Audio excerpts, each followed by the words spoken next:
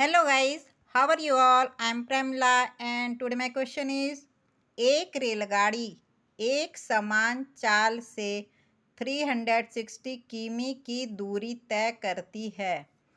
यदि यह चाल 5 किमी प्रति घंटा अधिक होती तो वह उसी यात्रा में 1 घंटा कम समय लेती है। रेलगाड़ी की चाल ज्ञात कीजिए। तो हमें क्या याद करना है? रेलगाड़ी की चाल। ठीक है, तो हम इसे मान लेते हैं कि रेलगाड़ी की चाल माना रेलगाड़ी की एक समान चाल, क्योंकि यहाँ पे क्या बोल रहा है? एक रेलगाड़ी एक समान चाल से 360 किमी की दूरी तय करती है। एक समान मतलब कि बिल्कुल एक समान चाल चल रही है। ठीक है, उसमें कम ज़्यादा नहीं। तो माना रेलगाड़ी की एक समान चाल क्या है? x किमी प्रति घंटा, ये हमने मान लिया। तो इस एक समान चाल से कितनी किमी दूरी तय करती है? 360 किमी दूरी तय करती है। तो इस दूरी को तय करने में कितना समय लगेगा? ठीक है, पहले वो निकाल लेते हैं। इसीलिए एक समान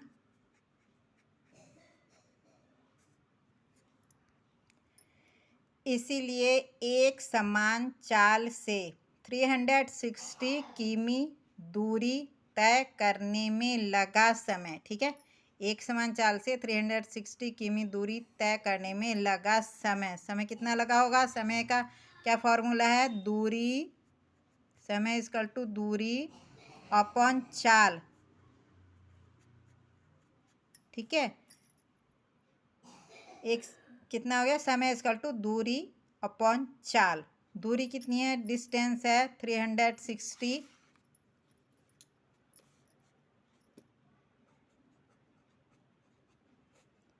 इसीलिए समय इक्वल टू 360 और चाल हमने कितनी मानी है?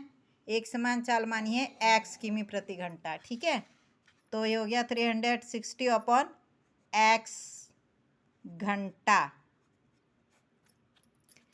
अब क्या कह रहा है क्वेश्चन में? क्वेश्चन में कह रहा है कि यदि यह चाल 5 किमी प्रति घंटा अधिक होती है ना, चाल क्या होती? 5 किमी प्रति घंटा अधिक होती तो उसी यात्रा में 1 घंटा कम समय लेती है रेलगाड़ी। ठीक है, तो चाल में अब क्या करना है? वृद्धि करनी है। तो चाल में 5 किमी प्रति घंटा की वृद्धि, ठीक है, वृद्धि करने पर चाल कितनी हो जाएगी? देखो, चाल में 5 किमी प्रति आवर की यदि हम वृद्धि करें तो उसकी चाल हो जाएगी, चाल पुरानी क्या थी? सामान्य चाल थी x, और प्लस हो जाएगी 5 किमी प्रति घंटा, जो कि उसमें वृद्धि करी। तो नई चाल क्या होगी? नई चाल होगी x प्लस 5 किमी प्रति घंटा। अब इस नई चाल से 360 किमी की डिस्टेंस को तय करने में लगा हुआ समय क्या होगा? वो निकाल लेते हैं। ठीक है, इसीलिए नई चाल से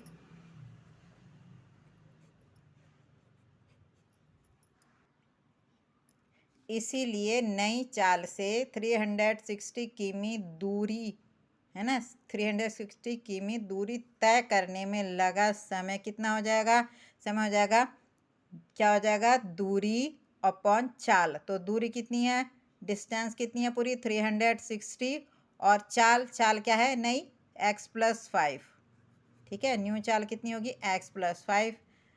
चूंकि ये क्या निकाल रहे हैं हम? समय, तो इसलिए इसकी यूनिट हो जाएगी घंटा या आवर। ठीक है, अब क्या कह रहा है कि क्वेश्चन में कह रहा है कि यदि, देखिए, यदि यह चाल 5 किमी प्रति घंटा अधिक होती तो वह उसी यात्रा में 1 घंटा कम समय लेती। 1 घंटा कम समय लेती, यानी कि पहले जो समय लिया गया था उसकी सामान्य चाल से, उससे अब 1 घंटा कम लगता है ना। तो क्या लिखेंगे हम? प्रश्नानुसार प्रश्नानुसार जो पहले का चाल है ना, पहली वाली चाल का समय है, पहली वाली चाल में जो समय लगा था ये 360 अपॉन एक्स, ये वाला समय, ठीक है।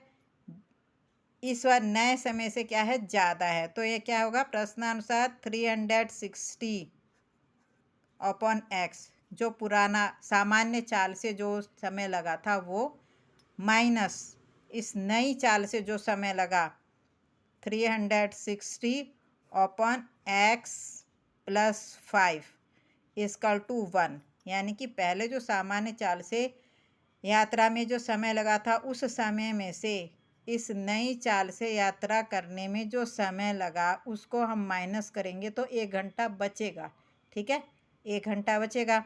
तो ये क्या है, पुराना समय है, पुरानी चाल का के टाइम का समय है, और ये नई चाल के टाइम का समय निकाला हुआ है, ठीक है। अब क्या करेंगे, इन दोनों में क्या है कॉमन, देखो 360 कॉमन है, तो हम क्या करेंगे, मतलब 360 इस साल में भी है, इस साल में भी, तो हम इस पद में भी है, इस पद में भी है, तो हम इस 360 को कॉमन ले लेंगे बाहर।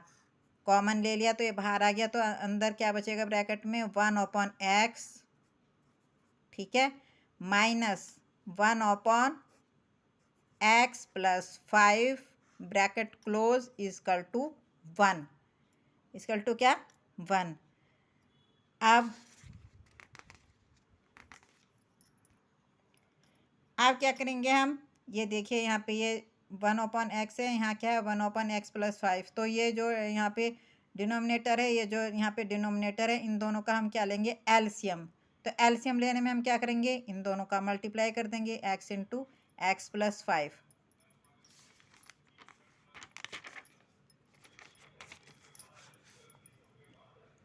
तो ये हो जाएगा 360 ब्रैकेट में क्या हो जाएगा, एलसीएम आ जाएगा एक्स इंटू एक्स प्लस 5, ठीक है।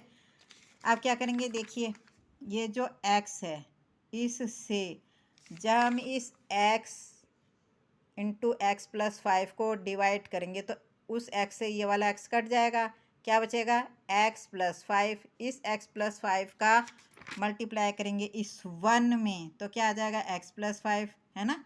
तो हम यहाँ पे लिख देंगे x प्लस 5, समझ गया ना। ऐसे सारे ज़्यादातर क्वेश्चनों में बता रखा है आपको कैसे।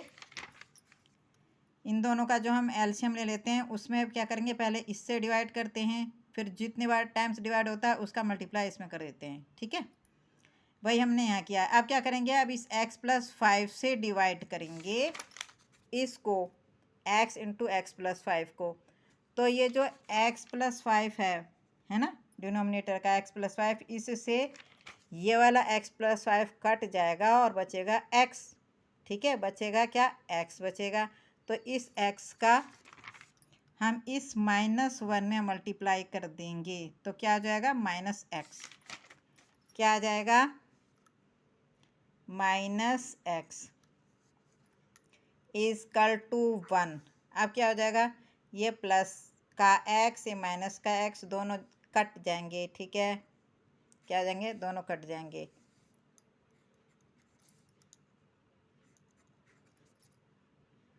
अब क्या बचेगा यहाँ पे 360 और ब्रैकेट में क्या बचेगा, 5 upon x into x plus 5, ठीक है, इजकल टू 1। अब क्या होगा, ये ब्रैकेट ओपन करेंगे, तो जब हम ये ब्रैकेट ओपन करेंगे तो क्या होगा, इस 360 का इस 5 में मल्टीप्लाई हो जाएगा, ठीक है, इस 360 का इस 5 में मल्टीप्लाई हो जाएगा। तो जब 360 का 5 में मल्टीप्लाई होगा तो कितना आ जाएगा, 1800, ठीक है, कितना आ गया, 1800 upon x into x plus 5, ठीक है, x into x plus 5 is equal to 1। अब क्या करेंगे, अब ये वाला ब्रैकेट है, इस ब्रैकेट को ओपन करेंगे, तो इस ब्रैकेट को ओपन करेंगे तो क्या होगा, इसका मल्टीप्लाई इसमें जाएगा, मतलब पहले इस x में होगा फिर इसका इस 5 में होगा, तो क्या क्या आ जाएगा, 1800 अपॉन एक्स का जब इस एक्स में मल्टीप्लाई हो जाएगा तो क्या करें, हो जाएगा यहाँ पे एक्स स्क्वायर प्लस, अब इस एक्स का इस 5 में मल्टीप्लाई होगा तो कितना हो जाएगा 5x इक्वल टू 1। अब क्या करेंगे, इस वन के अपॉन में 1 करके यहाँ पे क्या करेंगे, क्रॉस मल्टीप्लाई कर देंगे। क्या करेंगे, क्रॉस मल्टीप्लाई। ये इक्वल का साइन यहाँ पे होना था, ठीक है। तो यहाँ पे क्या क्रॉस मल्टीप्लाई हो जाएगा, यानी कि इस 1800 का इसमें 1 में मल्टीप्लाई हो जाएगा और इसका इसमें, तो कितना हो जाएगा, ये हो जाएगा x square plus 5x equal to 1800, ऐसे हो गया। अब ये जो 1800 इक्वल के इस साइड में है ना, हम इसको इस साइड ले आते हैं, ठीक है। तो ये हो जाएगा एक्स स्क्वायर प्लस 5x, अब ये इस साइड आएगा तो क्या हो जाएगा, माइनस का हो जाएगा, माइनस 1800, और इक्वल के बाद क्या बचेगा, 0। क्या बचा, 0। अब ये देखिए क्या हो रहा है, एक्स स्क्वायर प्लस क्या है, ये 5x है ना, तो हम इस 5x को ऐसे लिख सकते हैं ना, 45x माइनस 40x, ठीक है। 45x माइनस 40x, क्यों, क्योंकि 45x में से जब 40x जाएगा तो 5x ही बचेगा, ठीक है, वो भी प्लस का। और हमने ऐसा क्यों लिखा, क्योंकि इस 45 और इस 40 जब हम दोनों का मल्टीप्लाई करेंगे तो कितना आ जाएगा, 1800। तो इन दोनों का मल्टीप्लाई कितना आएगा, 1800, इसलिए हमने इसे 45x माइनस 40x लिखा है, ठीक है। अब माइनस 1800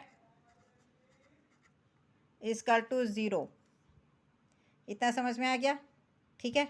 अब ये देखिए, ये जो पद है और ये पद है ना, इस टर्म में से इस टर्म में से दोनों में क्या है, x कॉमन है ना, इसमें भी x है और इसमें भी x है, तो इन दोनों पदों में से हम x को कॉमन ले लेते हैं, ठीक है।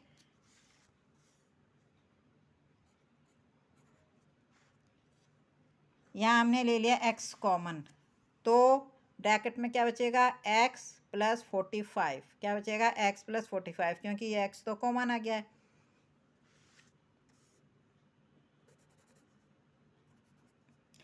ब्रैकेट में क्या बचा, x प्लस 45।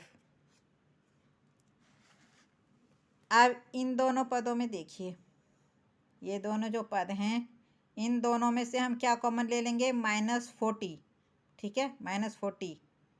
तो हमने यहाँ पे ले लिया -40 कॉमन ले लिया। अब ब्रैकेट में क्या बचेगा, ब्रैकेट में बचेगा ये वाला x, ठीक है, ये वाला x बचेगा,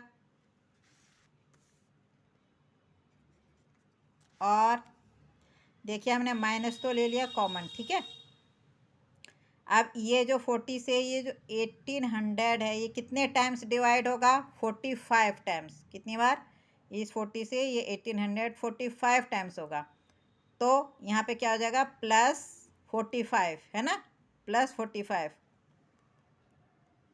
क्योंकि वैसे भी यहाँ पे ये -40 है, जब माइनस का इस माइनस में मल्टीप्लाई होगा तो प्लस ही हो जाएगा, ठीक है। तो क्या हो जाएगा, x प्लस 45 इक्वल टू 0, ठीक है, इक्वल टू 0, 0 को मत छोड़ देना कहीं। अब इन दोनों टर्म में से देखिए क्या कॉमन है, x प्लस 45 कॉमन है, x प्लस 45 इधर भी है और x प्लस 45 इधर भी है, तो इसको कॉमन ले लेते हैं, x प्लस 45, ये आ गया कॉमन। तो नेक्स्ट ब्रैकेट में क्या बचेगा, x माइनस 40, क्या बचेगा, x माइनस 40 इक्वल टू 0।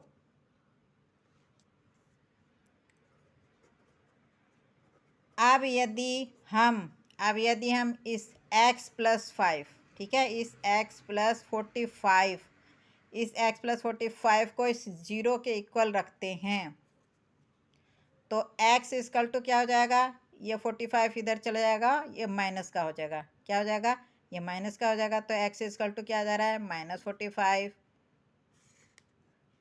और यदि हम इस x माइनस 40 को 0 के बराबर रखते हैं तो x इक्वल टू क्या हो जाएगा, ये माइनस का 40 इधर जाएगा, ये प्लस का हो जाएगा। ठीक है, क्या हो जाएगा, प्लस का हो जाएगा। और ये x, जो x का मान निकला है, ये हमने x क्या माना था, माना रेलगाड़ी की एक समान चाल x किमी प्रति घंटा है। माना रेलगाड़ी की चाल x किमी प्रति घंटा है। तो ये हमने x क्या माना था, चाल, जो कि उसने पूछी हुई थी कि रेलगाड़ी की चाल ज्ञात कीजिए। तो रेलगाड़ी की चाल x क्या आ गई, x आ गई 40 किमी प्रति घंटा, क्योंकि चाल निगेटिव नहीं हो सकती, इसलिए ये वाला x का मान हम नहीं लेंगे, हम x का ये वाला मान लेंगे। x इक्वल टू रेलगाड़ी की एक समान चाल x इक्वल टू 40 किमी प्रति घंटा, आंसर। ठीक है, आपको सबको समझ में आ गया होगा ये।